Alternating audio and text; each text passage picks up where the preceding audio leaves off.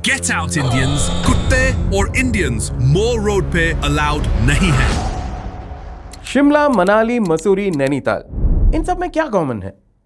अगर आप ध्यान से देखें तो इन सारे शहरों में एक मॉल रोड रहता है ना?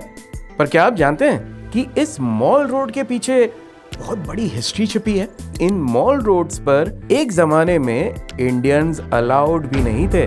ये मॉल रोड की कहानी शुरू होती है ब्रिटिश राज से। आज जब हम मॉल बोलते हैं तो एक शॉपिंग कॉम्प्लेक्स ध्यान में आता है जहां फूड कोर्ट्स है, ब्रांड्स है, एस्केलेटर्स है, चहल पहल है।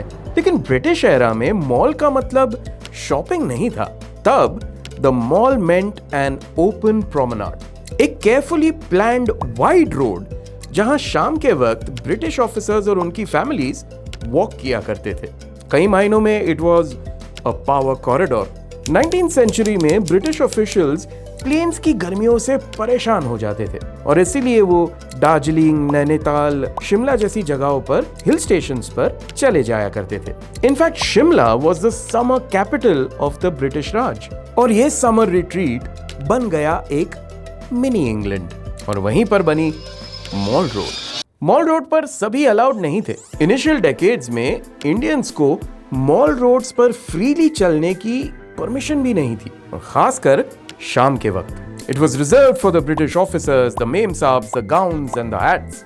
शाम के उनके सोशलाइजिंग के लिए यहाँ पर क्लब्स थे, यहाँ पर थिएटर्स थे।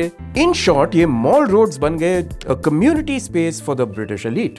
अगर आप केयरफुली देखें तो कई गवर्नमेंट ऑफिसेज भी मॉल रोड के आसपास ही बना करती थी।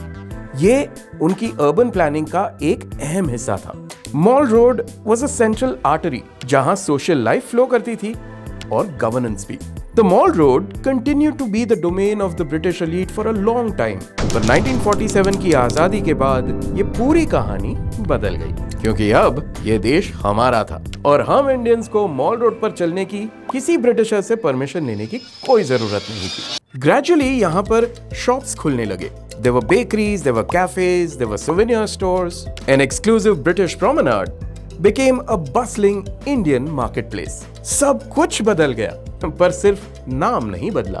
आज भी हम इसे मॉल रोड ही कहते हैं। तो अगली बार जब आप शिमला, मसूरी जाएं और बर्फ में मॉल रोड पर एक वॉक एंजॉय करें तो याद रखिएगा कि इस फ्रीडम के पीछे हमारे कई फ्रीडम फाइटर्स का बलिदान छिपा है।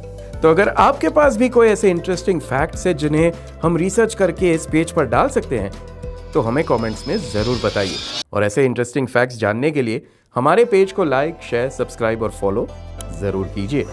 यह है जीरो लाइज फुल फैक्ट्स, ये है फूफा।